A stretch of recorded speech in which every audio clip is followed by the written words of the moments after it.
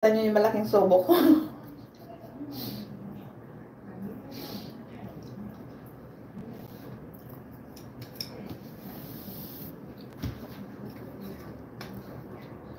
Busy. Hindi maka-edit ng ng premiere. Iisip kong uwi ngayong April kasi magpapapostiso na kasi wala na akong ngipin o aapat yung ngipin ko sa taas. Kaya kung tumatawa ako, tinatakpan ko na kasi nakakaya. Kaya pag mag-live ako, halos di ko iharap sa akin kasi makita wala akong ngipin.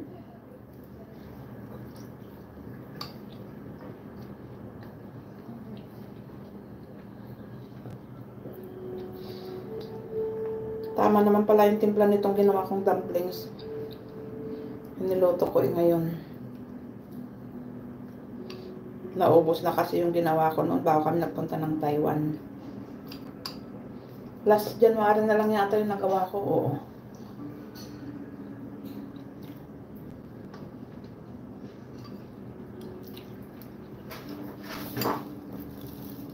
Isa pa. Ito tama na, hindi ko na kaya. Yung 5 hindi ko na kaya. Salamat sa inyong pabidyo-bidyo dyan. Sis Tata, vlog 5, lamig dyan Yan sa China. Dito malamig eh. Sa Lunes malamig na naman. Bukas mas malamig kaysa ngayon.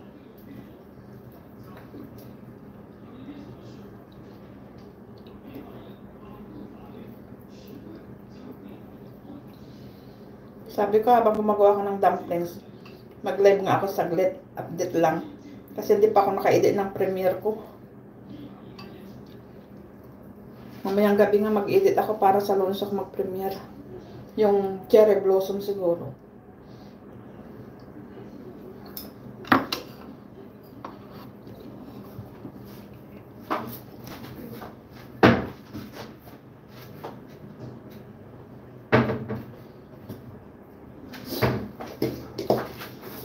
Hindi ko na kaya.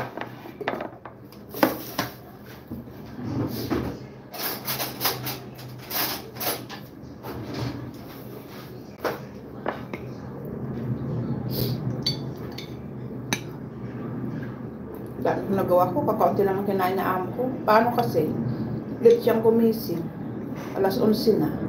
Kumain ng tinapay, saka nagkape. Hindi na nakakain. Kung si amo kong lalaki, ubos lahat ito.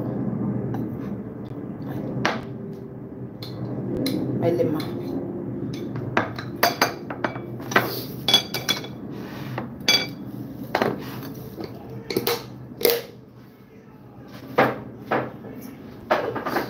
Pinakain ko kanina kanya yung leftover na soup.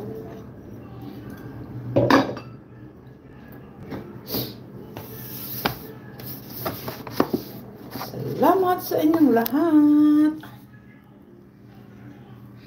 Sis Perky.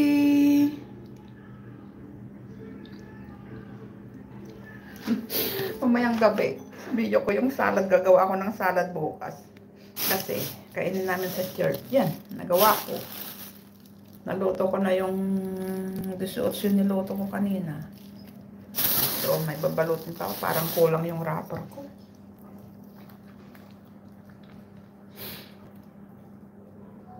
Oo, 12 kainin na among lalaki. Kasi nung Martes, sabi niya, may aalis ako. Sabi niya may lakad daw. May meeting.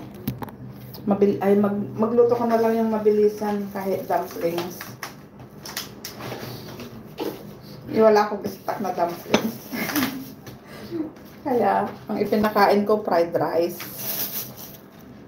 Umalis siya. Mamayang gabi ang balik. Kaya sa Lunes, mayroon ako ipakain. Maghugas muna ako ng plato. Natatakam tuloy ako. Ay, natatakam tuloy ako. Yan, kuha kayo, ang dami, babalutin ko yan. Yung buto ng mangga. Kidney mango.